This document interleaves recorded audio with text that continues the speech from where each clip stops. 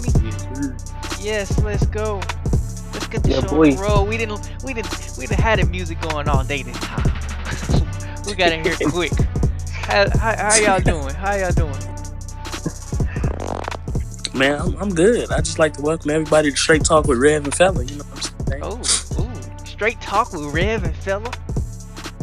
That way. I like the red boy. That sounds straight talk, sports podcast, and we also have a special guest, very special guest again, my boy Adrian. He's back, 2 shows in a row. How you feeling, AP? Yes, sir. Yes, sir. They finna cut me a check in a minute. You know what I'm saying? Yes, the check will be. Matter of fact, the check's coming. Not this Friday, but next Friday. That's when that check is coming. Oh, okay. That's Okay. Yeah, the yeah. check because It's on the week. I wrote it for that day, so that's when it's gonna be coming. Oh, okay. That makes sense. Yeah. That makes sense. So Yeah. I'll be on the lookout. Yeah. You know, we do. Yeah. How you doing, Mr. Rev? Mr. Rev, how you doing, sir? Oh, I mean, hey, I'm good, baby. You know what I'm saying? I'm good. Okay. I'm good as well. Give my little introduction today. Today was the first day of class. My last first day of class. Hey. Hopefully. If all goes Fingers well. crossed. Fingers crossed. Speak it into existence, young man. Last first day. Yeah, last first day. You remember we were saying last first day in high school? Like, that was significant? Oh, Only boy. Oh, little did we know. right, little did we know. But anyway, we can go ahead and get the show on the road with none other than question of the day. Of course, this is the segment where we ask each other's questions and grade each other based on the answer. The answers are completely subjective. So, what does that mean, guys? Don't be offended. You can't get offended, man. Don't Don't be be Don't mad. take it personal. Don't take it personal, because I'm going to give somebody an F for a grade Hey. that you might give them an A. You know what I'm saying? But it's okay. Don't be, Oh, baby. for lack of better words, butt hurt. Fair enough. All right?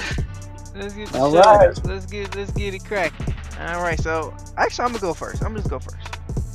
All right. Let's cut this music off. There we go. All right. So my question of the day is, and y'all gonna be upset because y'all probably not gonna get it right, but I will give you multiple choice. Which former Cardinal pitcher also? I'm sorry. Which former Nah, see? Cardinal Nope. pitcher threw out the very first pitch in the Yikes. Arizona Diamondbacks franchise history? Which Cardinals pitcher threw out the first pitch? Former Cardinals pitchers. The Arizona Diamondbacks came into the MLB in 1998. Okay. Uh-huh. So which pitcher which was also a Cardinal player threw out the very first pitch for their franchise in 1998? Okay, does that make sense? It makes sense. Okay, here's my Yeah, multiple it makes choice. sense. That don't make my answer no easy, boy. I tell you that. A. Chris Carpenter. B. Jason Marquis. Mhm. C. Andy Bennis. Or D. Rick Ankiel. Rick sound old. I mean, Rick all Ankiel. of these players played for the most part in 1998. So Okay. Give me C and D again. C. Andy Bennis. Or D. Andy Bennis. Rick Ankiel. All right. I'm gonna keep those in mind. I'm gonna Do I sit on need to that. read the question again? Nope. No, the I- question can't be no more clear. It's the hard part. I'm gonna go with Andy Bennis, right? Okay. You're going with C. I'm going with- D, man. You're going. I'm gonna be mad because I know the answer gonna end up being C. Because The that's answer's what B. it's a 50-50, man. I'm going D. Confidence is key, bro. It's Ankiel. What's his name? Rick Ankiel. Ankiel. Yeah. Okay. Both of you Yeah. guys is final answer. Yep. Yep. Okay. D, just like the grade I'm finna get. And the correct answer is, in fact, C. Andy I Bennis. knew it. I knew it. C. Andy Bennis. And I asked that question because I looked up birthdays for today. His birthday is actually today. So, Andy Bennis, happy birthday to you. Chris Carpenter never played for the Diamondbacks, neither did Jason Markey or Rick Ankiel. So, you just had to narrow it down to that. But yeah, that's my question of the day. Who wants to go next? Oh, I gotta grade you guys. Hold on. Shut up, Adrian. Shut up. Adrian gets an A, of course. Hey. Shout out to him. His first A on this show. So big ups to him. Coming up in this world. And yeah, Romero, you get an F. Not only for getting the wrong answer, but for not trusting your gut and going with C. Even though you knew it was right, but you didn't want to be a follower. Sometimes it's okay to be a follower. Gotta know how to follow before you know how to lead. Yeah. Amen. All right. I tell y'all what, man, I'm off tonight. Y'all carry the load, bro. I can't, bro. What's next? My heart can't go on. All right. So, I guess I'll go next. Yeah, go ahead, Adrian. I want you to lead this. I need to learn how to follow. We got a little bit of trivia again. Here we go. You know what I'm saying? Let's see how good y'all know some NBA players. All right. Which of the following NBA players is sponsored by or has a partnership with Alaskan Airlines? All right. Is it A, Russell Westbrook? Is it B, Kevin Durant? Or is it C, LeBron James? Russell Westbrook, final answer. I'm gonna go with. I guess KD. Final answer. Hey, and just hold that thought for 2 seconds. I'm switching platforms real quick, so I got to get on the Discord on my laptop. So just don't spoil it yet now, because I'm gonna cut out for a second. So hold on. All right, there we go, and we back. It's that quick. Just something like that was good. All right. Slight work. You sound a little better too. I try, bro. I try. Which one of these NBA players has a deal with Alaskan Airlines? The answer is B, Kevin Durant. Hey, give me that. Run me that check. Josh gets an A. Yeah, I know. It's an A minus though, because you say I guess KD. Oh. All right. I'll take it. And Romero, you gotta get a D. I'm gonna give you a D and not an F because you was very confident in your answer this time. You was real quick with it. You was very decisive. But in the end, you was wrong. Oh, but hear me out, right? Hear me out, right? Gave him his second F of the day. No, but look, listen. So he used to play for OKC, right? And him and Russ were teammates and homeboys. So I really wasn't far off because my answer had a very close personal relationship with the correct answer. So, you know, at one point in time.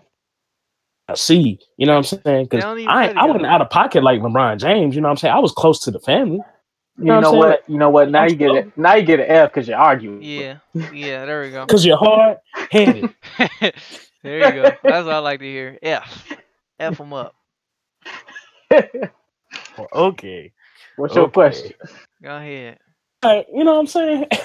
I got something for you boys. It's cool. Last time that the Cleveland Browns won a regular season football game. Oh Lord. You want the day? Right, you want the year too?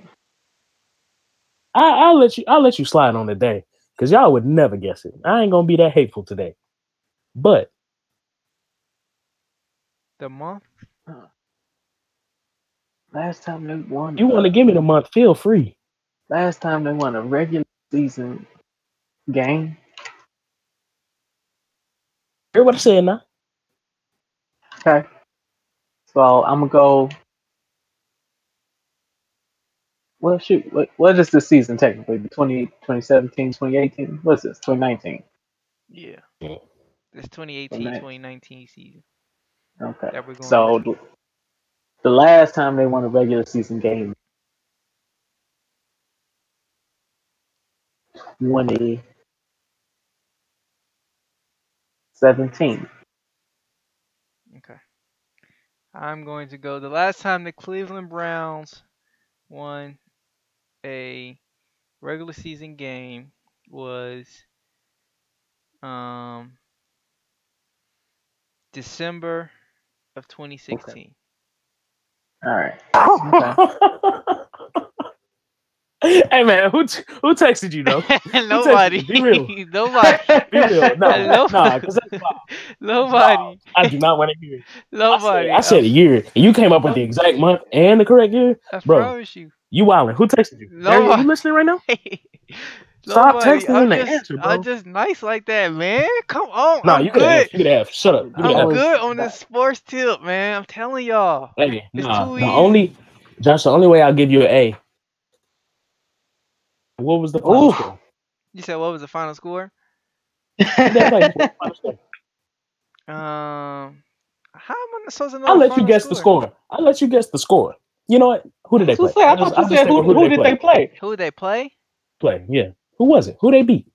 I don't know. Was it Tennessee? I asked you the question. The answer, you cold with this sports thing. I know the exact date and month and all of that. I mean, I could just use context clues and know the exact date or the month. I don't know who they played. I'm gonna guess Tennessee. F. Get up out of my lobby. My lobby now. Adrian, for not being a cheater. I'm not cheating. Dude, it's not hard. All you had to realize is bro. they didn't win any games last year. So that takes care of 2017. Right. They won a game 2 years ago, and the last month of the regular season is December. That's all I did. Give me my A, man. I want it. It's hurt. My pride is hurt. That was too fishy. You was too quick. I'm telling you, bro. That's all I did. I know they didn't win any games last year. And you just straight up said I know they 2016. didn't. I know they didn't win any games last year. See, when I said 2017, you were thinking 2 years ago, right? Right. I'm thinking they at least in January. I thought maybe they might have got something. You know what I'm saying? That will be the playoffs. You know dang well they didn't make the playoffs. You're right. That's all I did. Come on now, give me my credit. Guys, I'll give you a C. I'll take it. That's better than an F. That's better than what you got on there. That's because, man, I can't be fooling with y'all cats no more. Adrian, you off the show. Straight talk. And fella's off the show. Otis on his own, man. Otis on his own. Hey, for all of y'all, subscribe to my YouTube, dog. I'm starting my own joint. If anybody off the show, you just got 2 Fs in one day. Dog, Friday, okay? I carried y'all. Y'all want to get on me about some question of the day. My back hurt, man. You know what I'm saying? I can't think straight. My back hurt carrying y'all like that. Yourselves. Hey, you Morton or you Lowry? No, you culture. You on his own. Or you Lowry, you culture. I'll give you that. Otis on his own. That's what I am. Otis is very own seasoning, boy.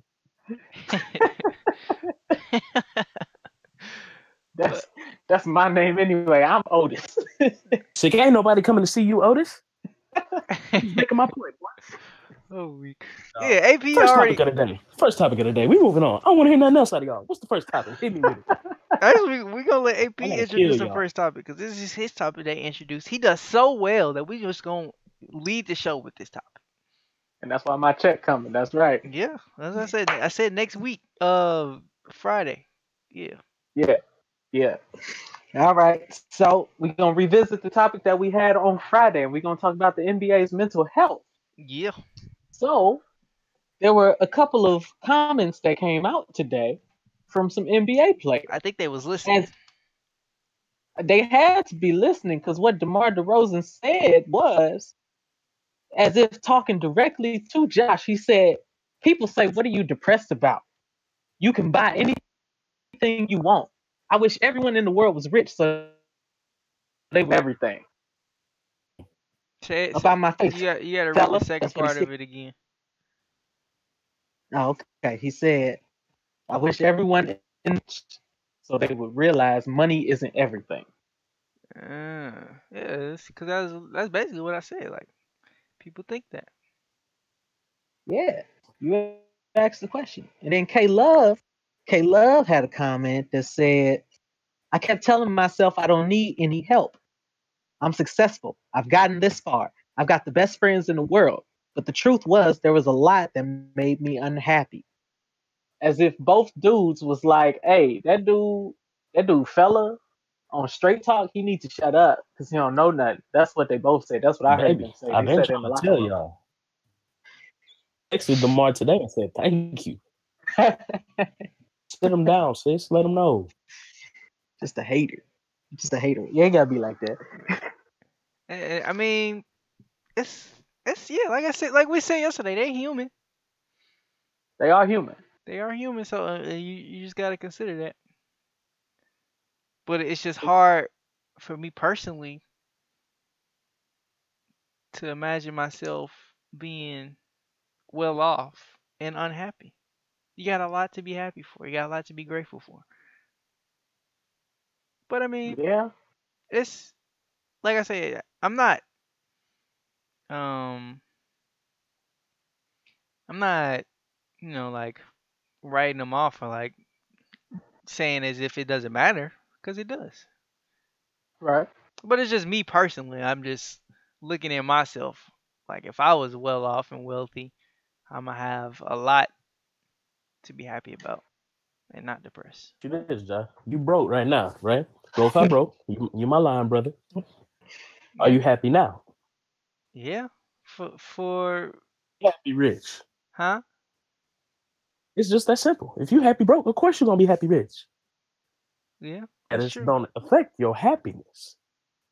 This is true. And this is true. That I You mean, know what I'm saying? yeah, and like I said, I recognize that all that pressure, they have a lot of pressure on them, and that's something that I'm sure I don't consider to that um to that extreme. And of course, yes, more money, more problems. Yes, I agree. But I don't know. Mm-hmm. It would just be have to be something that I wouldn't be able to relate to until I've actually feel that pressure or feel or am wealthy in that way. Yeah. I mean, in addition, so there was another article that came out later today because you're talking about pressure, and it just made me think of a quote from the article. It came out. So NBA owners are now um, thinking that they might want, or they may already be in the motion of saying that they want NBA players' mental health histories. They want the files. They want that. K Love said confidentiality is everything. And had it not been for that confidentiality and taking the time to process for himself, that he wouldn't have had the confidence to come out and talk about it later. Um, but there was another person, because it is a belief by one of the assistant coaches, Houston Rockets. He said that he believes 40% of NBA players deal with mental health issues or concerns. And he was like, "It's a lot of these people come from a rough place, and just because they make it to the NBA, that doesn't mean that their histories get wiped away. Like there's still a lot left there that now gets superseded by learning how to manage your money or becoming the franchise tag." So it's just real interesting to talk about that pressure, but still remembering that these people are human, and a lot of them came from little means to begin with in the first place, and that doesn't change how hard it is to be, one, just a black person in America, but then two, an athlete for your whole life with people pressuring you to be better, or you got to get to this status so you can take care of your family or something like that. Yeah, and I can understand that not being able to live up for some of them live up to that pressure because that's a hard. I mean, I can relate to that just kind of Anthony Bennett. with school. True. Yeah, But That's to true. and to kind of comment on the whole confidentiality thing, I think if they were to get like those private mental health documents, I think that would be in some cases it would be like a blessing, but in other cases it would be not so much. When I say that, I'm thinking like, okay, if it's a player that they really want, maybe they just want these records to be able to right off the top give him the exact help that he needs. Get him into whatever kind of therapy, get him into any kind of classes or anything just to help with like anxiety, depression, stuff like that. Right off top, like they already know of that issue, so they can do whatever they can in their power to address that issue. But for some players, it's going to be that's going to be a gatekeeper for them if they have to show their records. So maybe it's a team that's kind of iffy on you. Mm-hmm. You're not a Kevin Love or DeMar DeRozan as far as your talent, but you could be a solid role player. That could be the factor that's like that gives them the reason to pass on you. Right. So that would be like a blessing and a curse. It's just gonna be something, I don't know. That would just be hard to say whether it's good or bad. Yeah. Rev, what you got to say? I'm just thinking, I don't know if it's so much of a. I don't think, ideally, right, if this is implemented in the right way, have any negative side effects. The NBA is pretty good about protecting themselves, so I don't think that they would set themselves up to be able to say, yeah, we're going to pass on Joshua Tyler, and then Joshua Tyler be able to say, they read this in my mental evaluation on me and blackballed me out of an opportunity or whatever. I don't think they set themselves up for that. So hopefully they wouldn't use it for that. But I think it's more so of like an issue like with Royce. We understand he has these issues. We like this kid a lot. We want him on our team. But him on the environment and all of that, right out the gate when we get him here, we want to tell him, hey, what with Dr. So-and-so to help you get over this, because this is going to be a rough thing for you to deal with during the grind of the NBA season. Right. Get you to work on this as much time as you can during the off season. This set up for you whenever you do have downtime during the season. So you have a bit of a de-stressor or something to help calm your anxiety or somebody to talk to air that out. We're talking to us or your teammates or whoever, you know. It's something that the team can use to have in place the same way they got trainers in place and, you know, nutrition specialists probably in place and, you know, all these other type of doctors and, you know, guys that do the stats, all of that. They got staff, for everything else in the book. So ideally, this is something that they would be able to use to implement professionals coming in to help with the team or coming in to help with this particular athlete. Yeah, I like that. My question. That's what they're moving towards. If that does become a possibility, because people get weird about confidentiality, and I understand it, especially with medical things, particularly mental things. But hopefully, if they can break that barrier, that's what they're moving towards. Yeah. So, Adrian, kind of in regards to that, what would be something that you would like to potentially see that professional teams start doing as far as mental health and addressing the issue of mental health? Yeah, I think I don't know. So I'm kind of on the fence with the whole confidentiality because to me, I don't think. Well, in the beginning, and of course, we talked about the evolution over the years, but in the beginning, I don't think Royce White's condition was confidential.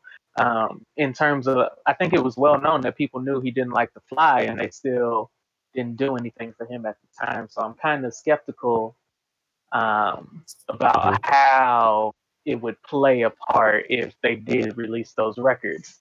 But times do change and people change. So I'm not saying that I think it would all be bad. I just don't know how much faith I can have in the NBA owners who typically are all about their money to decide that they now want to employ therapists or psychiatrists or whatever it is that their players may need, even if it is just implementing like a yoga session or something like that to help them release those stresses. What I would like to see happen, I mean, ideally, I think what the NBA is doing right now is the best that we can hope for right now. I have to see how this works out. But the fact that they are bringing awareness to it, they're taking it seriously, and the fact that they're encouraging players to like talk about it now, I think is a huge step, especially for communities of color where we typically don't talk about issues like this. Or in the past we haven't. It's becoming more of a thing now thanks to social media, and just connecting us more in general. But I think this is a good first step for the NBA. Going forward, I would like to see if they, I guess I would like to see if they go into communities early on. I know you're really not supposed to mess with like high school players and stuff like that, but seeing if they can kind of help it so that it's not so late when these NBA players finally get help for the issues that they've been dealing with over the past, or over their lifetime, really. Yeah. Mm-hmm. I like that. To counter your point about Royce, and just to clarify, I was just using him as an example since we clearly spoke about his condition and all of that. Obviously, yeah, as you mentioned, they knew ahead. Bad term, lack of a better term, he was a flight risk because of his issues. I wasn't even trying to be funny. That was just the first term that came in my head. I couldn't think of something to replace it once I noticed. But I just think that Kevin Love, DeMar DeRozan, Jahlil Okafor, nobody knew about them ahead of time. True. We talking about, yeah, Kevin Love is, prone to having panic attacks. Jahlil Okafor's anxiety flares up. Nobody knew that. You know what I'm saying? Now, when you got players actively like tweeting things that are like, "Oh wow, this dude is sad," like you're actually catching on to it, and teams don't know because likely, unless you got like close teammates, your teammates don't even know. If your teammates don't know, your coach probably doesn't know. Right. So ideally, with the guys that are closed doors about it, you're not directly knowing their issues. This gives you a gateway to be able to help. Or an instance like Derrick Rose, quote unquote, disappeared, which apparently they knew exactly where he was, just the media didn't. So they made it seem like it was a bigger deal. But something like that, say, happens. You don't know what's going on with this player. Where is he at? If you have notes on issue, you may be able to, through process of elimination, say, well, I know he has an issue with so-and-so, so maybe that's why he needed to be away from the team today. That's to be excused or, whatever. Insight to say, yeah, I know Derek has whatever.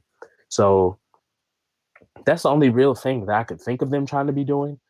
Or maybe not even necessarily employ doctors, but be able to seek the proper professionals in that city. So that way you do have somebody set up minutes from the training facilities or whatever that you can go see this person. We have a direct connection with this person because we've set something up knowing that you or other people on this team do have a particular issue with this. Him to be the go-to guy if you do feel comfortable addressing those issues. So hopefully that's something in the cards. I can't speak for the league unless they want to call me and give me a job. I'll take it. Yeah. Ideally, I think that would be the smartest way to go about this whole mental health issue within the league.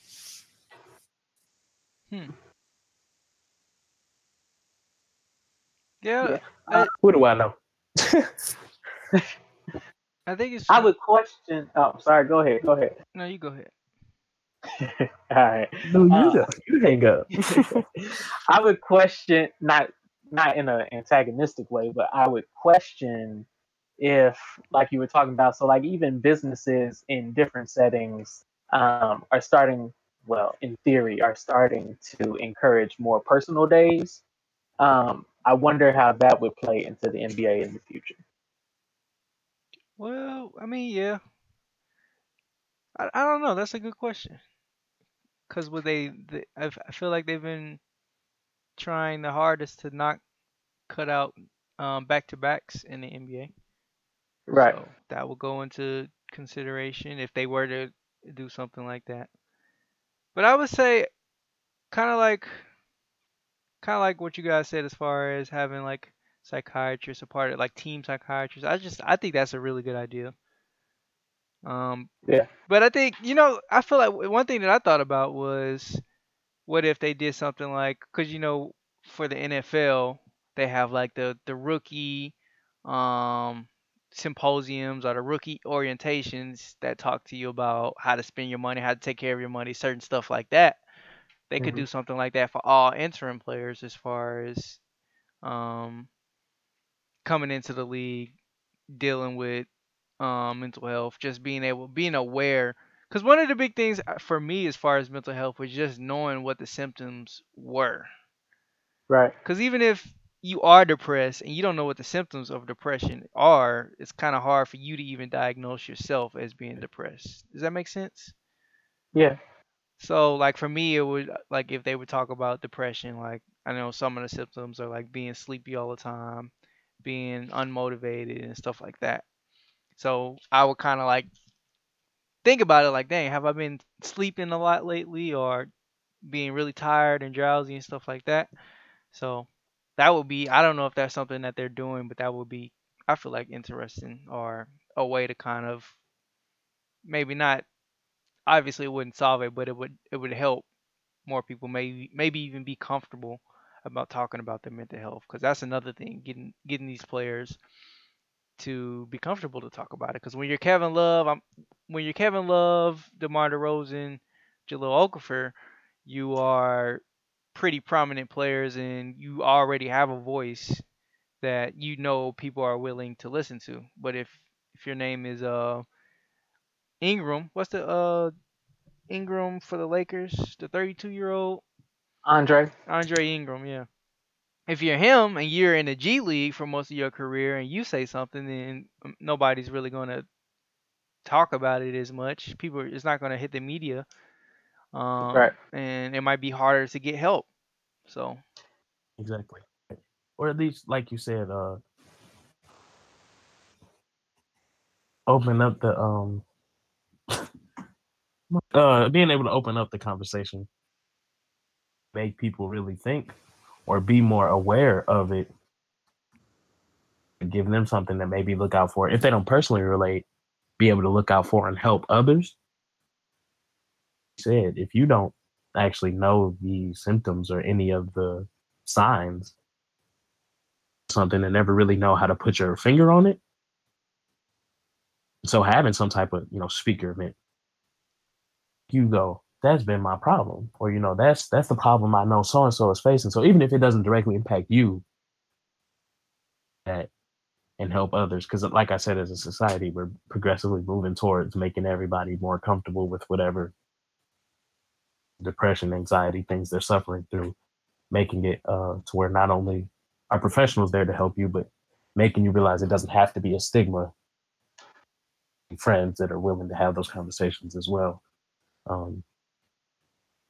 Making it, I think, a more easy and comfortable environment. I'm sure the NBA is already to a degree socially very easy and comfortable environment, but players won't feel as much like I have to keep this to myself. I have to bottle this up and continue struggling with it in the dark. It could help them understand your teammates are here for you in every sense. Your coaches, training staff, we're here for you in every sense. Like whatever it is that you may be going through, you can feel comfortable doing that. Nobody's looking at you sideways or judging you or laughing it off. Like we understand this is a problem. yep, and That's where we get. my bad. That's what I'm saying. Just hopefully that's where the ball is rolling towards. Yeah, and I was just gonna say, I was gonna read Cam's comment of, he said once you become an athlete, people don't always treat you as a person either. And I feel like that, yeah, that's a good point. Once you become mainstream, people are not going to, you're going to be held as superhuman in a way, especially Yeah. if you're the caliber of Kevin Love, DeMar DeRozan. People people recognize that as seeing somebody on the TV just makes it harder to relate to them, Yeah. whatever they're doing. Just until you get to see them and just like be there in front of them and maybe not touch them, but be in arm's reach of somebody to see that like they're human. It's a little hard to kind of grasp just how human they are. So it is from a fan perspective, it's hard to kind of humanize these players, but you really have to humanize them and recognize that they are no different than you in many ways. Well And said. with that platform, also, there's a lot more criticism than the normal person faces. Don't face blatant criticism Yeah. to our faces. As an athlete, not only do you have people, I mean, you might get in an arena and everybody in there is booing you. Comments on Instagram are just full of hate. No matter guys in the NBA, you still got people talking bad about you. And don't let you be one of the bad guys. I mean, go to a Steph Curry, Kevin Durant, or a Instagram post and just read through the comments for 45 seconds, and you're gonna find something inappropriate or something harsh, so underlying issues, and then you always dealing with outside critics, analysts, fans always saying something about you, judging your character, talking about your poor performance, or add to your your issues or your underlying, when you constantly in this negative spotlight, and it's like you can do, because no matter what you do, you're always going to offend somebody or piss somebody off in some way and have to deal with somebody's mouth. So Yeah. put them in that spotlight. So everybody, let's just love each other. Let's just be there for each. No, I'm just playing. But yeah, Your friend's name is Kevin Durant. You can bully him. That's totally acceptable. Oh Lord. yeah. Anybody else or LeBron James? LeBron James will never get another pass in his life. So those two guys, feel free to go at it. Yep. Or As Romero nasty as Starks. you want. I can take it. I can take it too. Kinda. I You don't know. back, and I'm gonna make you feel bad for ever doing that to me, because now you the one with the That's a pressure. good. That's a good question. Do you feel like you could handle that pressure? Maybe not even the pressure of being an NBA player, but the pressure of being a I don't want to say celebrity, but a public figure. You better ask about me. LUTV. I'm on TV all the time. I mean, I've been on Don't nobody TV. criticize me. They love it. You know what I'm saying? I'll be on the radio. They be like, "Oh, it was so good." Really? I've been on a I mean, local TV occasionally. station. You had a lot more pressure than me. You made me nervous watching your clips. Really? So I'm like, man, this is the real deal news. Like, Well, that's in the middle of the morning. There wasn't nobody watching me. this on national, not national TV, but this on like real deal TV. Like, Yeah. only a certain amount of people that aren't on campus are probably going to actually come across it and tune into it. You were more likely to be seen. So I was like, whew, that made me nervous. Or like the radio made me nervous because anybody can find that station. It's not like an AM station or something real low key. You could easily come across it. Yeah. So yeah. Kyle's That's a lot 27 of said, and mostly, this is actually a really good point. Mostly, and he said, and mostly, they'll likely be accused of saying they're depressed for publicity, which is a really good point that I didn't even think I've about. seen that several times today. With that DeMar quote I sent you guys, I saw Yep. several comments along those same lines, or the people saying, how could you be so depressed? Blah, blah, blah, blah, blah. Or him saying he wish everybody was rich. Well, you've got all this influence and this money. You can take care of your family and blah, blah, blah. So how can you be depressed? And, so Kyle brings up a good point. Yeah. People, and, say something like that, nobody takes you seriously. Like, they just try to find ways to down you. Yeah. All right. Find a way. Like, your first thought is, okay, he's just trying to be in the news, like you said, for publicity. Yeah. At one point, I wanted to be a politician, so I thought I could deal with the public eye, and then I realized, that's not all it's cracked up to be anyway. So I'm not even gonna lie to you. I thought you were still trying to do that. Eventually, one day, maybe, thinking about it, but there's a lot that you can't say with that, and all that other stuff. So like, there's always inner politics to whatever outside politics there is going on as well.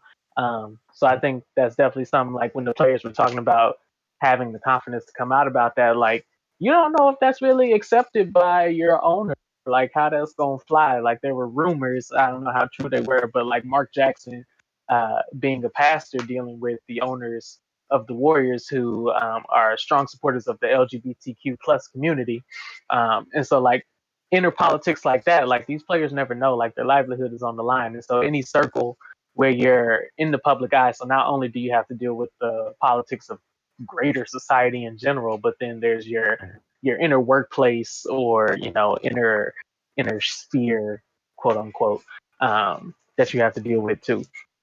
Yeah, it's all politics, and you gotta with that situation, you gotta think it's got to be something because he never got another job as well as he did in Golden State. He took them from like less than a 40-win team to playoff contender in only Yeah, like 2 or 3 years. So there's obviously some politics there. Whatever it was, like you said, him being a pastor, whatever it was something Oh, more Mark. than Yeah. what met the eye. yeah. But yeah, that's a awesome point. Appreciate you, Kyle's, for the comment. Is that all that we had to say on the NBA mental health? That was pretty good, pretty intuitive, I think. I think so. I just hope to progressively, as an organization, continue to be Yeah. the best organization in American professional sports, and keep the ball rolling on player relations. All the way down the line to the last man on the bench, making sure that everybody's on the same page, we understand each other, and there's a support system here. NBA cares about doing public things, so now hopefully the focus can be more shifted towards also taking care of the internal and personal affairs as well, to make sure the players feel comfortable and whatever they're going through, they still. Yeah. Okay. Yeah, I agree. I hope their influence spreads to more sports organizations to address those issues. I mean, the No Fun League is pretty far behind, but I'm not really sure about, and you can speak more to it about how different organizations, particularly like the MLB, like how they deal with issues like this, or if they're even addressing issues like this. Yeah, I haven't seen another league address anything like this. I mean, Yeah. that's to say I might have missed something, but as far as mental health, NBA is the only league that has at least had it reach the media to where it's a pretty major topic, because this is the second time in a week, probably third or fourth time in this summer that we've seen them talking about mental health in some form or fashion. Yeah, And even though it was mainly just the players kind of coming out about it, but maybe it's got to be something that's only happening in the NBA. So the NBA is clearly doing something to allowing these players to be comfortable. So to even come out about it. To kind of go back to the comment section quickly before we change the topic. D said, "I think all work industries have an issue with people who have illnesses and disabilities. So for public figures, celebrities, and athletes, it just makes it tougher to be empathetic towards them. They are viewed as superhuman and unemotional. NFL's version of mental health is focusing on CTE. That's a good point. fair point. Then Cam came back and said, I agree with Hicks. They are looked at a different level of person, not average. And then Jaden, shout out to you, Jaden. Appreciate you coming out. Said DeMar had a rough summer. Okay. But to go back to This conversation, right. keep trying to make jokes. To go back to these comment on them focus on their mental health as far as being CTE, yeah, but they've really kind of avoided that as much as possible if you really think about it. Only reason we talk about CTE is because of the movie that came out. Other than that, they really don't talk about CTE. The only time I can remember is like when players like LeBron James say they're not going to let their children play football because of the CTE problem. Well, other than that, what has the NFL really done as far as like the besides the helmet rules um, to kind of combat CTE? Good question. Yeah. Like crickets, they haven't really done much. Okay, and then he said a lot of I'm sorry, said a lot of public figures have depression. but it's never talked about, so forth. It never gets dealt with. Yeah, but yeah. But that's gonna wrap it up for NBA talk. Wasn't even really NBA talk. It was just more so mental health. So we appreciate you, AP, for bringing that up once again for the second show in a row. But now it's time to go to a little more sports related news. But it's going to be about the league, none other than the NFL or the No Fun League. Yes, that is right. We got all NFL talk for the rest of the show. Not much going on in the NBA, so we're going to be doing some NFL talk. And we're going to start it off with the signing that happened today in free agency. Adrian Peterson, who's been talked about on this show before, signed with the Washington Redskins. It's worth a veteran minimum just over $1 million. And I think the only other real competitive running back for the starting position that they have is Rob Kelly. It's Kelley, so he shouldn't be mistaken with R. Kelly. Thank goodness. So do you guys think that he will have a chance of taking over this starting position? Rob Kelly, he's a fairly good back. Just to drop a little knowledge on you, he's a fairly good back. He started a couple seasons ago as a rookie, and I mean he's just been okay ever since. He hasn't dropped any huge numbers. He might be like, as far as fantasy goes, a good third running back option, flex option, because he had a couple good games throughout the last couple seasons. So what do you think? Does AP have a shot at the starting position? Go ahead, bro. I would say, I don't know, for a guy that's kind of slowly but surely taking a decline. But I mean, competition, it's possible. It's not like that spot ain't open. It'd be different if they really had one of those star guys, but possible. And if you get the guy like AP on your team, like I said, football is different than basketball. Basketball, you might get a declining big name, really giving him heavy playing time or a starting role, but more so for presence and leadership. Football, these dudes are expecting to play. Get a guy like him, you're definitely going to try to give him a shot at being in that, in that big spot. You're not gonna. Thanks for coming. Have a seat on the pine, man. Welcome aboard. So I think he'll definitely have a shot at it.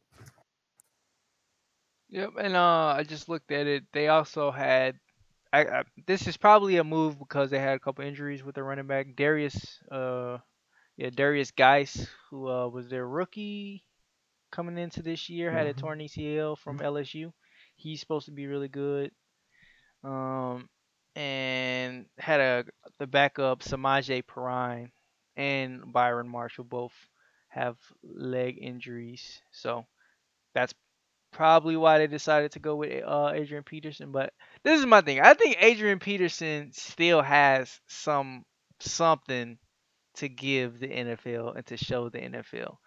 Because it was just last season where he was with the Cardinals and still rushing over 100 yards in games. And that was just a year ago. So far from washed. Yeah, I don't think he's washed. I mean, he had a fairly good season last year. It wasn't over the top, but I mean, it's better than what they got, I'm sure. Because Rob Kelly, like I just looked at his stats. He only had 3 touchdowns and 194 yards last season. So I think that's an upgrade. I really do think it's an upgrade to Adrian. And old Adrian Peterson is better than most average running backs. Yeah, I agree. First, shout out to Rob Kelly because he did help my fantasy team a couple years ago when he bust onto the scene. Yeah. This dude in the fantasy teams. I'm a 2-time champion. That's how you know. That's how you know, like the smaller players that don't have any clout is the fantasy team. Like if you pick them up on your fantasy team and he do good, you're gonna know him for the rest of your life, whether that was just 1 week or 2 weeks. Man, I picked him up because I was desperate for a running back. All mine were on buys because I was dumb and didn't look at the weeks. But he came through for me, and my opponent was very, very upset that week. But yeah, but as far as how he's been doing lately, he didn't make the cut last year. So I think so. I mean, it wasn't just their backups like Samaj or Byron, but also Chris Thompson. He broke his fibula in November. So like they've had injuries at this point. They need somebody to run the ball. And Adrian Peterson is still like, between him and Marshawn Lynch, as they get older, I don't see them really deteriorating. The way that they are used, I would say, changes because people may make that assumption. But you gotta let these guys prove themselves. There's a reason that they became household names. So I mean, you gotta continue to use them, even though you may use them as a decoy, maybe now, just so people think, oh, they could run it here. I think you still need to put the ball in their hands. I think they are difference makers. Um, yeah, yeah. Like, let's see. Adrian Peterson last year. Oh wow, I thought he did a little better, but he had 129 attempts, 448 yards, 3.5 yards a carry, 2 touchdowns. So not off the charts, pretty mediocre, but I don't know. I think it's better than what they had. So, and like you said, these guys, you gotta give them a chance. To add a guy like AP, you make a slight improvement, even if it doesn't necessarily always show up number wise. Not a bad guy to have on your squad. I mean, he's not gonna go nowhere and just all of a sudden turn into what we knew him to be, and just like kill, be like, oh wow, AP back. No, a solid at best player, semi-consistent as we saw through the season, and he's gonna have those spurts where it's like, man, I'm glad he got him. Oh, I mean, he's here, So as long as your expectations aren't too high, he's a solid signing. If you thinking he about to come that Super Bowl, settle yourself. I know he gonna win them the Super Bowl. He gonna carry. He gonna carry them to the bowl. All right. Oh yeah. Yeah.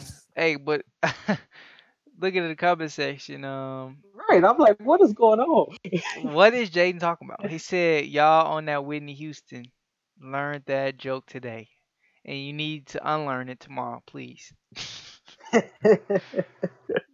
Still on my son, Jaden. What is he talking about? Learn that joke today. That's my kind of humor. That's the best part about it. Today, y'all on that Whitney Houston. At least he ain't said Demi Lovato. Let's not turn this into that. Okay. What in the way? I'm sorry, that's your bae. Holler at her when she get out of rehab. But you know what? Yeah, I don't know. He said it was kind of scanned at first. Anyway, just ignore Jaden. By the way, y'all now that on that crack, Whitney Houston. I.e. Whitney Houston. Oh my god, this dude. This has been straight talk comedy by Jaden Anton. You don't now, yeah, because W's in the chat for Jaden. If the chat did, it's Aretha Frank. Oh my god, Paul. All right, no, we're not adjusting these anymore. Yeah, daily reminder now that AP is signed. Guess who's still not signed? Any takers? Dwayne Wade. Here, but you're not wrong. Dez Bryant still not signed, ladies and gentlemen. So yeah, we talked about that. What was that? We talked about that last Monday. Yeah. Colin Kaepernick still not signed. True. I'm not shocked about that though. That's not changing. So, man, we need to just start up our own NFL franchise. We'd be lit. We just need about $1 billion. We need about $1.5 billion. Let's do the JFL. Like the JBA. Let's just do the JFL. They already got that in St. Louis. They got the JFL. BPBFL. Profile. Yeah, we can do that. League. We can reach out. I let your nieces, your nephews. We taking all types of people. I do have a quick question. Go, Hopefully it's good. go ahead.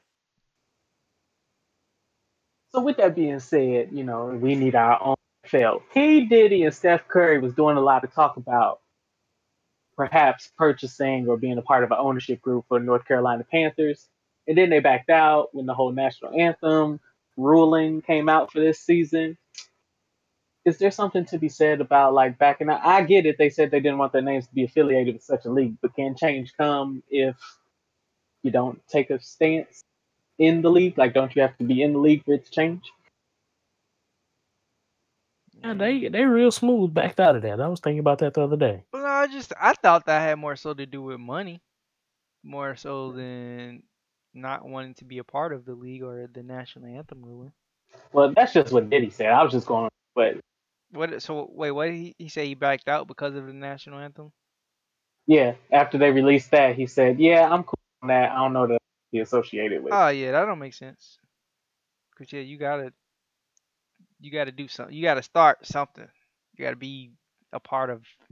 You gotta be in the room to even have your voice heard. Right. Mm-hmm. Okay. So yeah, no, that doesn't make sense at all. But I just assumed they didn't have enough money, which I'm is sure I they feel like it's can. a fair assumption, but might be wrong. Excuses put out there might have just been cap True. to be able to slightly move away from it without. I can't afford to actually pursue this. Which is fair. Yeah, I can't. I'm not counting pockets. But to say that's why that he backed out, that's I don't know. I guess I should believe what he says, and that's whack. Super whack. Yeah. Just wondering y'all opinion. We can move on. Yeah, we're gonna go ahead and move on from that, and we're just gonna talk about this confusion, this new helmet rule. We haven't talked about this yet. So the new helmet rule is getting a lot of coverage in the media, mostly because teams don't know the penalty that's being called on the field are just confusing everybody. Cause like you see hits on during the game, you see hits during the game, and they throw a flag, and it's just like, how was that a flag? You know what I'm saying? So teams are just kind of expressing their concern about the new rule. And the new rule is it's penalizing offensive and defensive players for lowering their head to initiate contact with their helmet to any part of the opposing player's body. Um, and the report that I saw today, my Minnesota Vikings coach Mike Zimmer said he believes that it would lead um, to people losing their jobs and completely change the way games are decided. He said, quote, "It's going to cost some people some jobs, playoffs, jobs, the whole bit, I'm guessing." He said, "We haven't had any call on us so far," talking about his team. And he said, "It's just hard to figure out. No one has ever said to me, hey, don't worry about it. We're going to call it less or get it straightened out in the regular season, or we're going to come up with a revised rule. No one has ever said that." So do you guys have any kind of impressions of this rule or any concern or confusion with this rule yourself? It just doesn't really make sense. How do you read it again? You said you can't initiate contact with your helmet. It says offensive and defensive player are the league is penalizing offensive and defensive players for lowering their head to initiate contact with their helmet to any part of the opposing player's body. And it was designed to make the game safer. Harder to do because it's like you don't run. But actually, Richard Sherman tweeted and talked about this as well. You how do you run when you're running at somebody, Josh? How do you run? Well, I don't run head first, but I run. You gotta be looking at them to tackle 'em. You're looking towards them, but Yeah, more than likely, if you're going in, right, you're hunched down a little bit. Probably gonna be the first thing to make contact with the body, aside from like your arms, maybe. yeah, You trying to pull them in. yeah. So, whole game of Shoulder. football is dependent upon people running in that fashion. A lot, because you're probably gonna initiate some contact with the helmet. To me, like that's just it's like walking. You playing football on eggshells. Like, oh, mid-air adjustment as I'm flying towards this guy. Like, oh wait, let me lean a little bit to the right so I can catch him with the shoulder. I don't want to initiate the contact with my helmet now. You know what I'm saying? I don't want to be penalized. Yeah, Difficult yeah. My thing is that because my bad. Go yeah, ahead. I'm going for the tackle. You know what I'm saying? I'm not trying to think about how I position myself for the tackle. I'm trying to stop him At all getting to costs. my guy. You know, like what? I said at all costs. Pause. So I was like, what did I say? Yeah, but you just don't really. I don't know. To me, that makes it difficult. Yeah. Yeah. My thing is these players got to relearn how to tackle something that they've been learning for their entire lives. And like you said, how do you?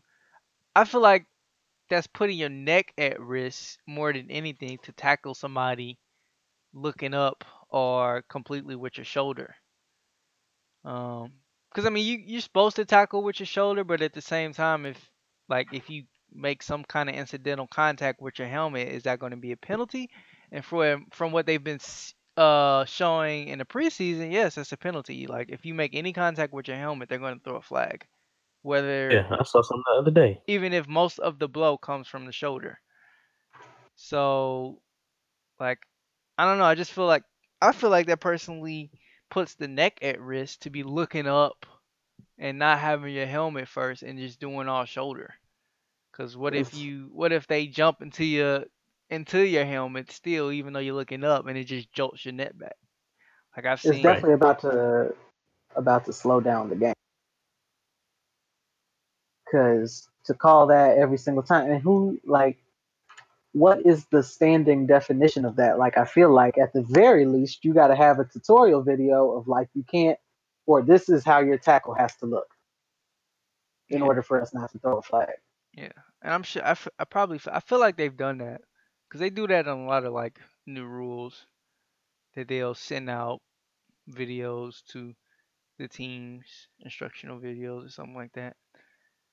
Um, Mm-hmm. but yeah, I don't know. I don't know what that looks like. And from the preseason tackles that I've seen that have been penalized, they don't even know what it looks like. Cause it's like, how was that? How was that a penalty? Like it looked like it's just a solid hit. Like you hit them hard. Okay, are you not supposed to hit somebody hard?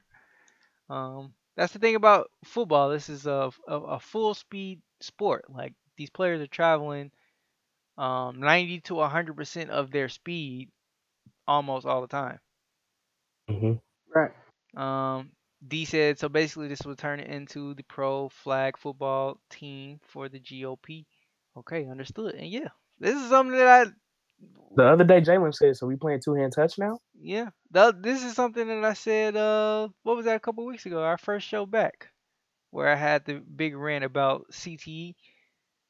Um, yeah, it's just like it's football is just leading more and more slowly but surely. It's going to be two-hand touch flag football, and I mean that's there to a certain extent. That's just going to be it's going to be okay, but it's just going to be something completely different Yeah, than what we're used to watching. I think, like you said on a couple shows ago too, like you said, the NFL. You gave it 50 to 75 years. I thought that was generous. I think they really just gonna have to one take a hiatus. I think they're gonna have to take a hiatus and then just refigure out what the entire game looks like. Yeah. Because the way it's going now just doesn't work. Yeah.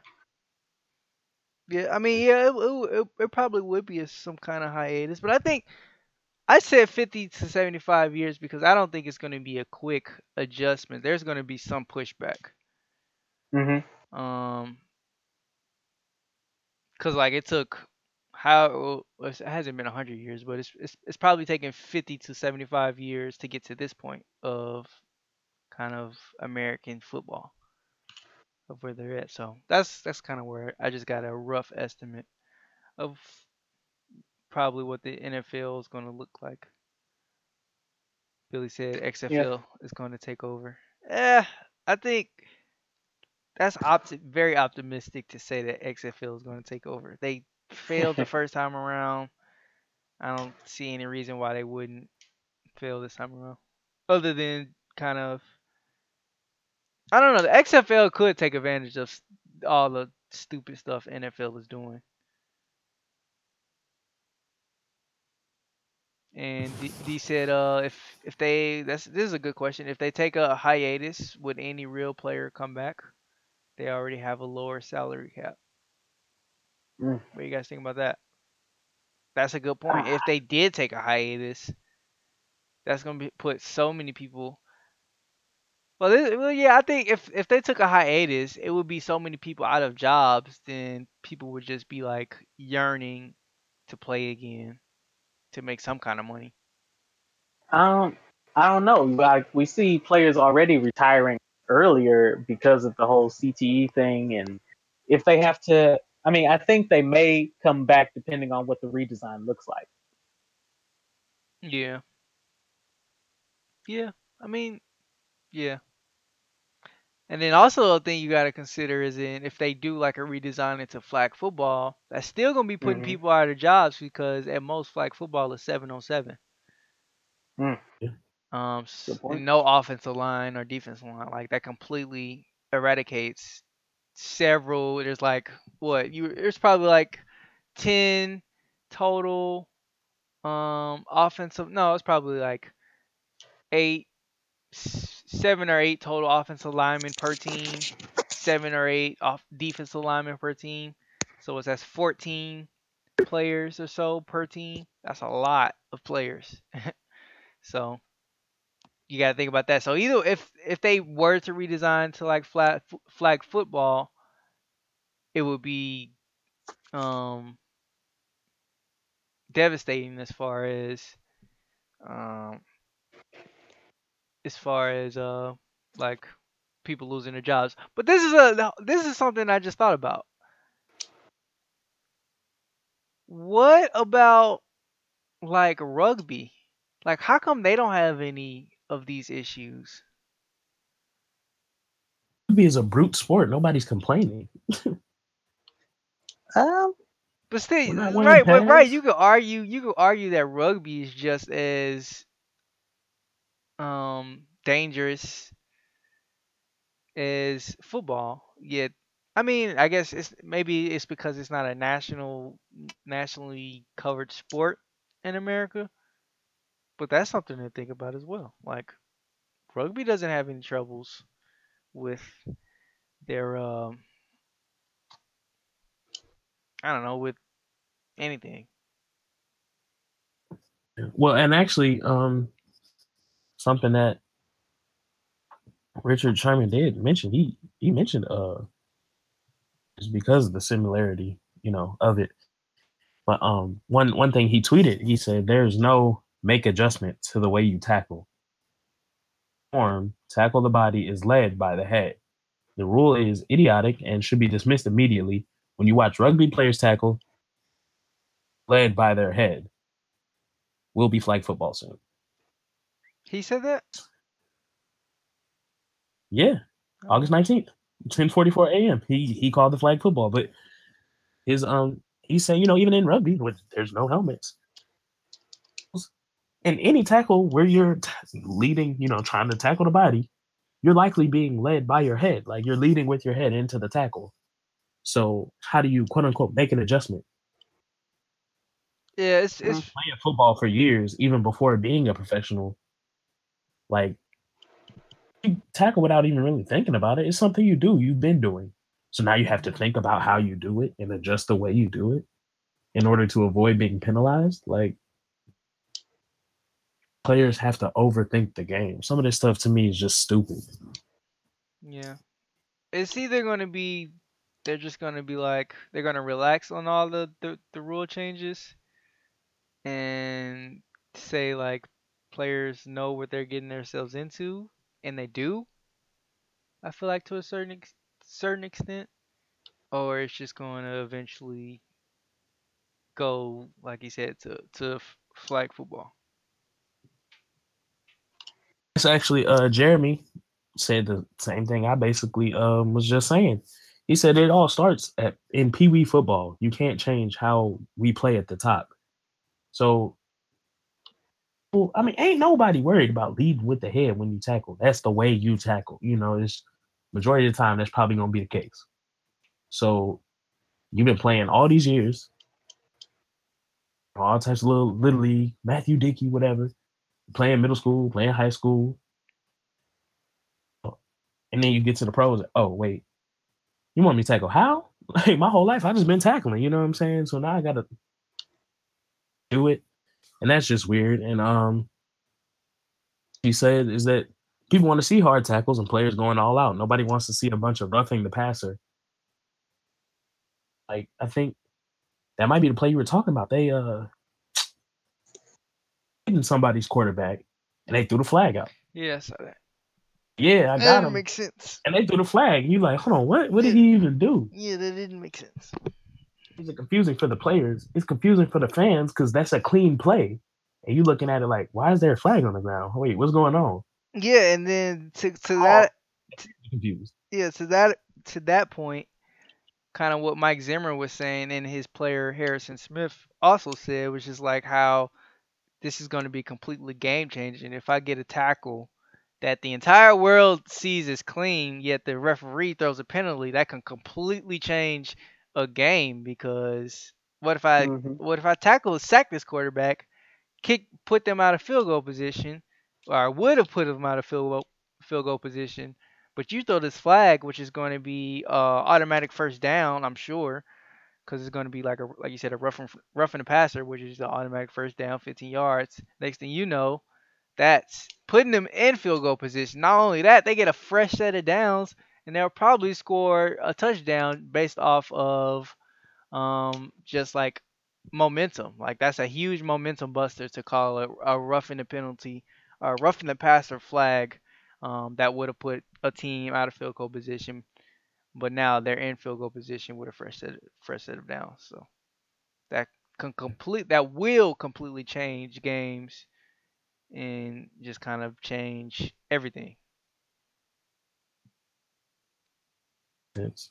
Billy argues that if there was a potential, lockout, shutdown, or whatever, temporary timeout on the league to take their to the XFL. Yeah.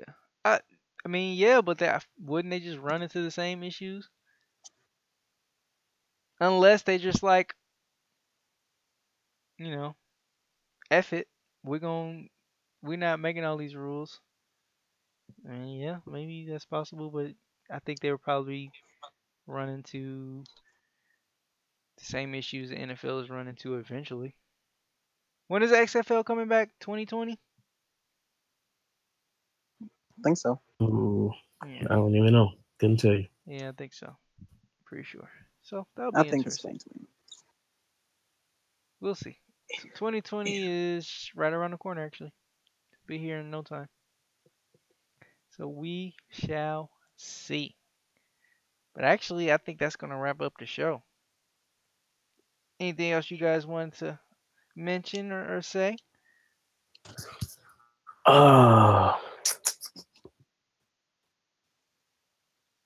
I meant to include something that is now escaping me, but I don't believe there's a time relevance on it. So if it comes back to my mind, I will gladly remind you Friday. Alrighty. Yes, we will be back Friday. And now we can go to our closing out segment, speaking or shouting. This is a segment where we just, speak or shout about anything that we got going on in our lives, just to rant a little bit. Is there somebody that wants to take the floor first? Anybody? Get away, AP. AP, you speaking or you shouting today, sir? Yeah, man, I was thinking about it earlier. I was like, what am I going to speak and shout about today? Um, so as always, I think it'll be my thing to always have two, and the first one will always be that Ray Allen jump shot in the corner. It still hurts. I've never let it go. It still hurts. Um, but speaking and shouting today, um, I'm gonna speak. I'm gonna speak because, and it seems that mental health is my issue, when really it really isn't usually. But Paul Pierce released a statement today about being stabbed 11 times back in 2000 before the season started. He said he then dealt with depression throughout the season. He finished with 25 points a game, I think, that season. I think that there is a difference between dealing with trauma and dealing with depression. Mhm. And I'm not saying that he had them confused. I think it's just important to point that out to a lot of people who may want to self-diagnose and then end up self-diagnosing the wrong thing. So, with that being said, just go talk to a professional. They'll help you out with that. You don't always have to self-diagnose, but if you think you got issues, see a professional. And not issues, because they're not negative, but if you think that you may have mental health concerns, go see a professional. So you saying you don't think he was depressed? I'm saying there's a chance that he could have just been dealing with the trauma of stabbed, and possibly, one, never being able to play basketball again, or two, just generally fearing in his life. I think there is room there that he potentially could have gotten too confused. Not saying that he did, because I don't know Paul Pierce and I didn't know him during that time, so I Oh, can't okay, I speak see. definitively on it. But Yeah, you're just using it as a PSA to the right, to the masses that you should have professional diagnosis and not just self-diagnosis. correct. Okay, sounds good. Let me start by saying, big fan of Paul Pierce. Love his game. I talked to his family yesterday. Let me say this first and foremost. Oh my gosh, shut up. No, well, you know, the other side of the coin you flipping. He could, in fact, be saying, because a lot of times trauma have anxiety long term, or maybe depression, because of something they've experienced. Or PTSD, So, guys. right, PTSD. Right. Disorder. He might have been stressed, getting stabbed like that. And then, like you mentioned, the possibility of not being able to play the sport would have been very traumatizing, very stressful, and flared up his anxiety about all types of things, public appearances, all of that. So, I guess he can speak on, because sometimes I think you think of depression as deeper rooted issues, but sometimes it is the cause of something to you, or something that you've endured in your life that time, or from that moment forth, can kind of put you at, um, something he was getting at. But hopefully, like I said, all these players speaking out makes other people feel more comfortable, and it becomes a more prevalent of discussion, as opposed to something that's been kind of like, keep it low key. You can't really let everybody know that.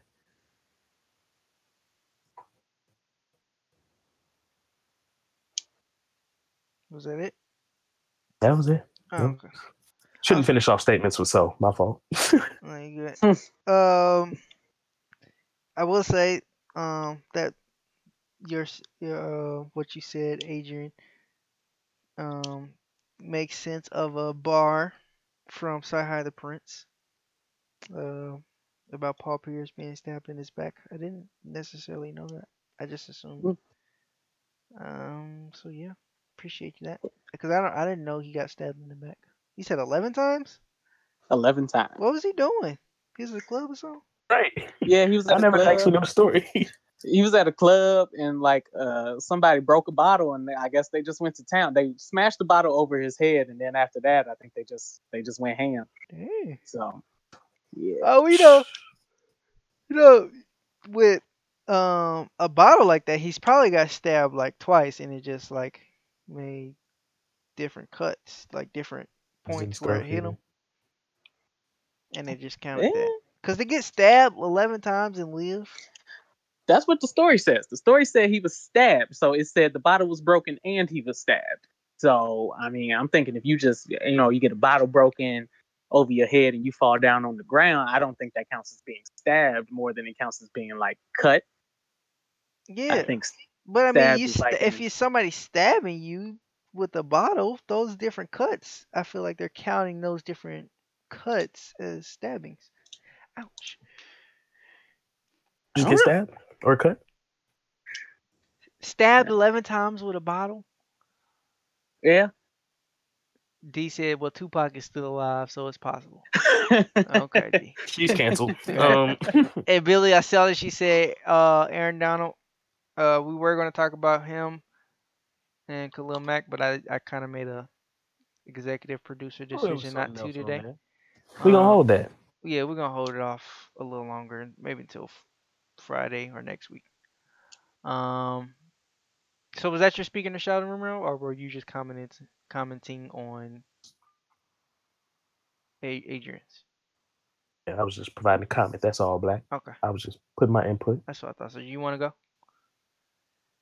You speaking to Sheldon? Second one? You speaking? Huh? Was your first one by default just the Spurs thing? That's just what you lead with? Yeah, but by default, it always has to be my lead off. Yeah. Fair enough. Always ranting. Forever ranting. Well, yeah, go ahead, Rev. Are you speaking to Sheldon, sir? Sheldon, calmly. And Josh, you don't know what it's like to be scorned by bad memories of your team, so I feel for Adrian. I am shouting about dumb reporters. You see a lot of reporters post game, right? They ask some questions, and a lot of times, the hell were you thinking? Why did you ask that? And you often wonder, especially as people potentially pursuing that type of field or job. Yeah, because me as a 22 would never ask something that dumb. But like the guy that was just pushing at LeBron about did JR know what the score was after he had already answered it and everybody else on the team had answered it. He kept pushing for an answer. And it was like, it's a dumb question. Let it go. Years ago, Houston and Golden State had a playoff series, and he was talking about, you guys make this amount of threes, it floods in Houston. You don't. He was trying to make a correlation. It was just really dumb. It was a reach, and it wasn't something to make a joke about. Like flooding is affecting people's lives, right? So you look at people and you go, here. So after a Big Three basketball game, which by the way, if you haven't ever watched the Big Three or checked it out, it's pretty good basketball. A lot of retired guys from the league. So it's a fun show. I haven't been able to keep up with it as much this season, but it is fun basketball. And you can also be a little more physical and talk a little more trash than the NBA without getting a flagrant and a suspension. A reporter asks Steven Jackson and Alan Anderson about Kobe playing and could he handle the physicality. Now, we talking Charles Barkley impersonation. We're talking Kobe Bryant. Can he handle the physicality of 3-on-3 half-court basketball? The stuff Kobe Bryant has done on the court. And this isn't a 2017 era player where we can't really play good defense. I can't poke you without being called for a technical and you getting free throws. And you can actually be uber aggressive with people and almost hey, hold on now, you can't foul him like that. Like he was playing through physical basketball. It's probably mentally people that you've seen, at least in our lifetime, play the game of basketball. You gonna ask him, can he handle the physicality of 3-on-3? Who's that he played against? Not to mention he played with broken fingers. Sprained all types of stuff. You know what I'm saying? Dropped 30 on your favorite player any given night. And way doing it. And he shot 2 free throws with a torn Achilles. Yeah, man. Ass these bumps and finish through contact. Booming over Dwight Howard. On Clint Capella. Like, man, my dude has had some physical basketball all the way up until the bitter end of his career. And you gonna ask him and against the people in the big three? Oh no. He played all of these cats in his prime and as he was getting older. Physical basketball, then a little half court game to 50. What kind of dumb question is? I really question that reporter's and how old he must have been to even ask something that stupid. No sense, man. I mean, I'm probably playing like Baron Davis, Rashad Lewis. You know, dudes I had been playing my whole career. Handle it. That was stupid. And Steven Jackson was finna get up and walk away. He said, I know that question was rhetorical. I can't even spell rhetorical, but that's a rhetorical question. Dumbest thing I'd heard in a minute. Because, you know, ain't no more playoff and finals post conferences. So this one really had me like, wow, you just asked that on television. You were stupid. You're fired. That's all I'm speaking about today. If you get that position that a lot of people wish they had, don't get up there and ask no dumb ish. Just embarrassing yourself. Stop it. Get some help, as Michael Jordan would say. That would be me. I'm nervous that I would ask that question like that. Maybe not that, because obviously I would know the answer to that question. But I feel like you would just be under pressure to ask something. So you ask something silly that you don't really necessarily think about. But I don't know. Also, he was proud. The question? Yeah. Also, I feel like they did. Like, you had to sit there and think of that. Yeah.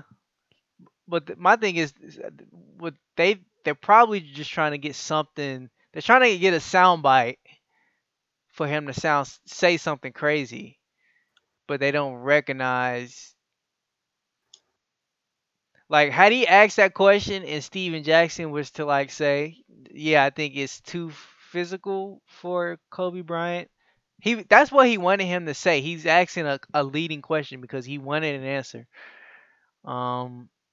But if you really think about that question, who would say that the big three is too physical for Kobe Bryant?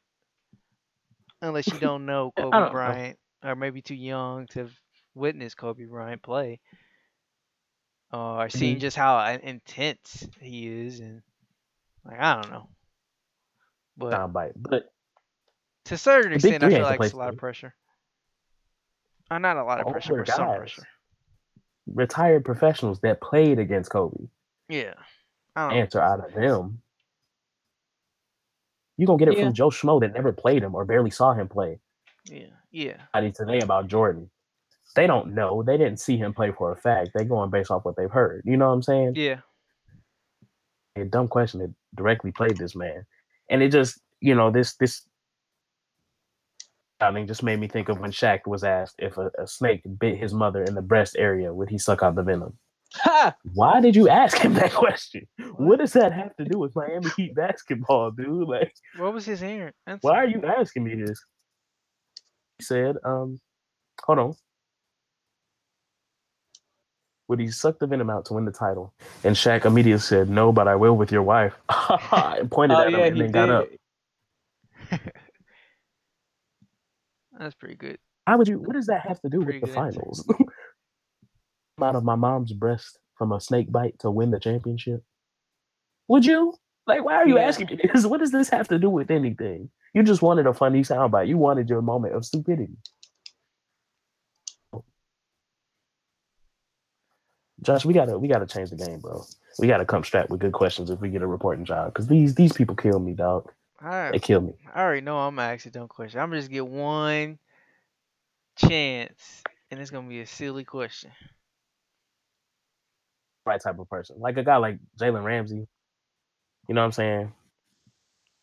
Dude is gonna give me a good answer, but probably know that I'm just being dumb. Sure, but I'm not gonna ask nothing dumb that I sound serious, or nothing like asking about a snake bite on my mama's breast. Like that. Yeah, that's a real that's That's reaching. all types of sus and weird. Why would Unless you I even? know you and we have a personal. Not even that. I don't even want to. No, I wouldn't. That's all types of strange. Yeah. But all right. But anyway, that's all I got, man. I guess it's my turn to decide whether I'm speaking or shouting, and I really don't know. I don't have anything to rant about. Let's see. It was your first day of school, boy. Yeah, I guess I could rant about that a little bit. Um, but it wouldn't even be about my experience. It would be about frustrating experience of my girlfriend. Uh-oh. Like, Careful. don't You must carry y'all? a switchblade. Nah, it's not. It's her teachers. Oh, okay. Don't y'all hate them teachers? Like, she said this happened to her today. It didn't happen to me today, luckily. But don't y'all hate when it's the first day of class or the first week of class and they want to start interrupting? All right, no, they want to use, because syllabus week. All the teachers talk about the syllabus. Syllabus day, but yeah. No, in Mizzou it's called syllabus week. Because people just party all week. Seriously. But don't y'all hate when it's syllabus week and they go over the syllabus and that takes typically like 30 minutes, an hour, let's say it's just on Monday, it's a 50-minute class. Don't y'all hate when that last 20 minutes they decide they want to go into the curriculum and start the first lesson, knowing dang well they're not gonna finish it? Like, why? Yeah, Why waste our time? Why not just give us the rest of the day off? Like, whatever you tell me in this next 20 minutes, I'm not going to retain. You're going to have to reteach it on Wednesday. So why are you going over the introductory paragraph in the textbook? And that's what always it is. It's just like the introduction of the textbook. Like, in accounting class, we're going to be talking about this, and this, and this. Like, you just told me this in the syllabus reading. Right. So Right. I don't. It's like, and then another thing that she was saying was just like how, or maybe it was, I don't know. Never mind. But yeah, I just that's frustrating when they do that silly stuff. Like, nothing. No, it was actually something that Adrian said, I think.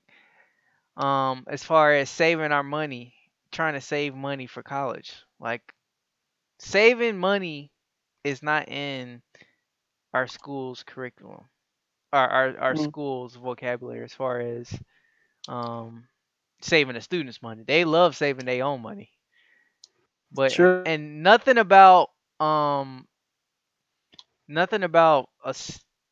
school as far as them. They don't like do anything to save your money. Like, actually, I do have something to rant about as far as my experience. There we go. Classes that have requirements, but the programs that they have you use cost extra money that is not included in the pay that I'm using to pay for this class. Baby. Do you guys have that problem with your smaller universities? The need is provided, but I understand the frustration. It is Well, provided. actually, Spanish book. It was $100. Yep. Online access code to do the book work online. Yeah. To me, that's stupid. Yeah. Like, That's why? That's what you're getting paid for. Why do there- I need this website? Right. Why is there? I mean, not only that, but why is that not included? If I'm paying for this class in my tuition, why is that not included? So my example is, and this has happened. This will be the second time that this has happened, and it's very frustrating. that in these journalism classes we have like multimedia projects to where we have to do like videos. We have to create and edit videos. But Mm-hmm. the program they have us using is Adobe Premiere. Adobe Premiere is not free in no way, shape, form, fashion, none of that. It is not free at all. And going back to the last time, it was a the only something because it was several pieces of Adobe that we had to use.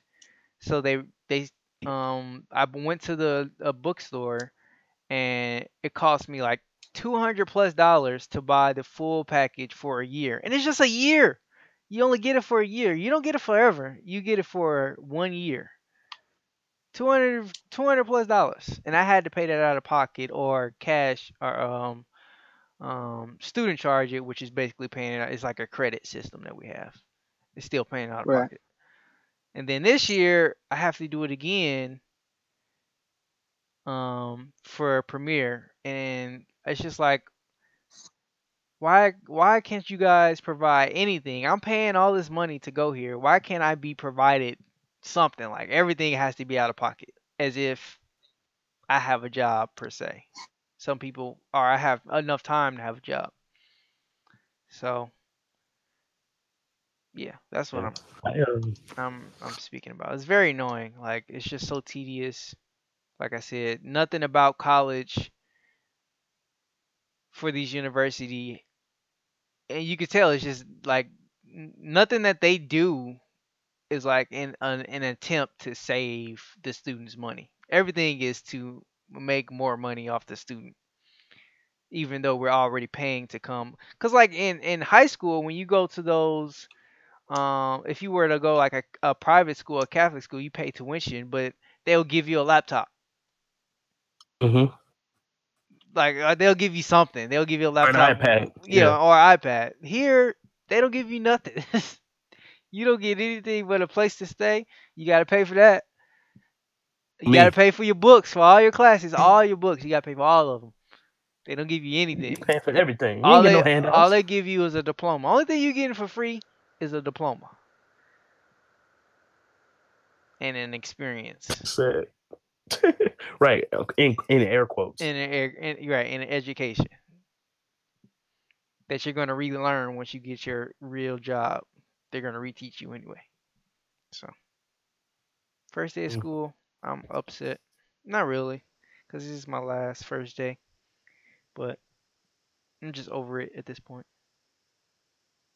Fortunately, I have similar experiences because we basically doing the exact same thing at two different schools, but Premiere, Avid, the whole Adobe suite is available to us. Really? So Well, yeah, I feel for you. yeah, That's kind of messed up. Actually, I think there's a way around it because the Convergent students here, they have all that stuff provided. But I think this is what Richard did. He just like copied that stuff onto a flash drive and just took it home, and apparently it worked. So I'm gonna try that. And then actually Daryl, What? Files you can get that. I Daryl, think zip files. yeah, Daryl knows a way. I might actually have to go to him. He knows a way to renew the trial for like the Adobe things. Like you can go into like the program and add like all you gotta do is like change a number and it'll give you like a new trial. But the only thing about that, I feel I'm thinking if you're not on top of that, because it's like a 1 month trial. If you're not on top of that, I think I got caught up last time he did it. It'll like go into the auto pay to where you start paying for a month, and then that's like a 12-year contract. Man, it's What? 12 years? yes, bro. Okay, so I don't want to go into story time, but I'm about to go into story time, so I'm sorry. So the first time that I did, like I said, the $200+, that was a 12-month contract that you signed. Okay, which was like turns out to be like $30 a month. I think if you do it like a monthly payment, but if you do it one time, it's a little cheaper. So I did that, and then a year went by, and apparently they sent me a bunch of emails. Sent me like emails telling me that it was gonna be renewing soon. So but I didn't get any of those emails. I didn't look at them. I didn't know that I had them.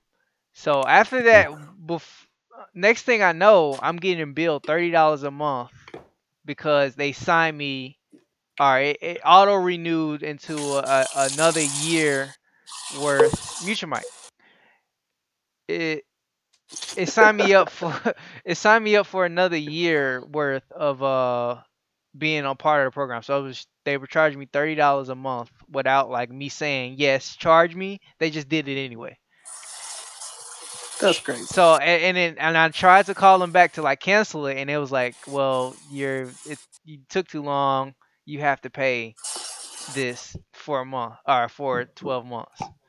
So it's very frustrating.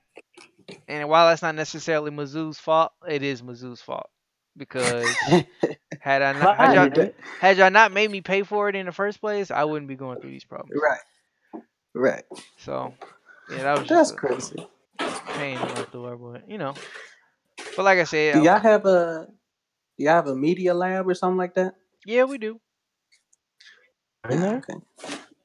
Yeah, we do. Like I said, the Convergence Lab, they have it provided to them.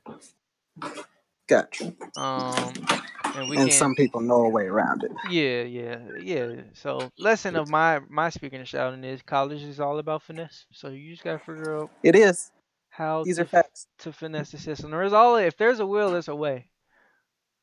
Economics 101. That's the best class you can take. Right. True. On your own, and it ain't no course fee, no lab fee. You just got to be smart. Yeah, that's the only thing that's free is the education of finesse. That's the only thing you really learn. Yeah, you got buddy up with an upperclassman. For those of you, this your first year buddy up with an upperclassman, and they will teach you the art of finesse. Yeah, they will show you the ropes. You know, seasoned college students are like that coworker to say, "We're not supposed to do this, but this is what I do." You know what I'm saying? Like, really, like they tell you to do this, but really, all you got to do is this and this, and you'll be good. Right. Because they just make things so complicated, man. Listen to him. Like, you're not supposed to do this, but this is what I do. Where did I see that? Was that on Twitter or something? Somebody posted Had that? to be. Twitter, Instagram, everywhere. It was going and around. That's exactly. I know I've done that as a worker with new people. I'd be like, for real, you can just do this. Yeah, like, man, yeah. I was the main trainer at my job. Thing I said, look, like this, but really, all you gotta do is this, you know, because they just make it real complicated for no reason. It ain't gotta be that complicated. Yeah.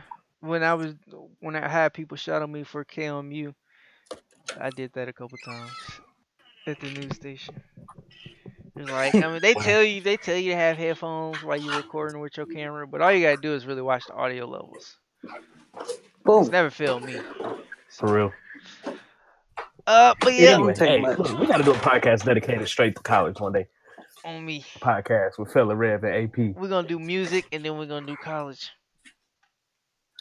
Yeah, we gotta have a whole series. Yeah, we're gonna branch out. Y'all gotta be ready. They ain't ready. Yeah. Ready. But yeah, that's gonna wrap it up for the show. We appreciate you everybody coming out. Rev, you wanna take it away for us? Yeah. Thanks everybody coming out. A couple spikes in the views today. And a couple people that we're not used to seeing. I actually found out that Kyle's is my friend Kylie. Oh, okay. She was in the cut the whole time watching. Wow. She texted me. I was like, "Oh snap!" Oh. So shout out to you. Shout out to you. Cause I Shout out to the you Instagram haters. Yeah, I looked at it, but I was like, Kyle's with an S. I don't really know. Shout out to all the haters on Instagram and some of y'all actually were the people watching. So I hate y'all for. Matter of fact, I'm deleting it so I don't look like a goofy because the percentages are 83 to 17 for show, and I'm good, love. Josh, I just used your post and added my own question on it. Okay. Deleting that. Hurt my feelings a little bit. 83 to 17. They don't really mess with the boy. But anyway, thanks y'all for contributing. Yeah, you believe the audacity of people? Like, it was like 8 people said no when I did that on Friday. I was like, how dare you? Y'all rude. That is, I had like 7 people vote and 39 people watched it. Yeah. Y'all just gonna ignore that I just asked y'all this question? Y'all rude. I'm out here trying to grind. I'm trying to get my portfolio built up. Right. Y'all just gonna ignore me. Yeah. But yeah, man, forget y'all. We ain't here for that. One take. Orders, the newer people that are coming in. Jeremy, I saw you in there. If you're still watching, thanks for coming back. Haven't heard from you in a while. So yeah, we just appreciate the love and support and the people that continue to come by and not only listen, but like to contribute and jump into the discussion and provide some input. That always makes our job easier as the hosts of the show. It gives us something to spin off of as we're talking, and also not like we're just talking to a wall or just hearing ourselves talk for the sake of talking. It's nice to have audience participation. So greatly appreciate it. Thank you all. See you Friday. Deuces.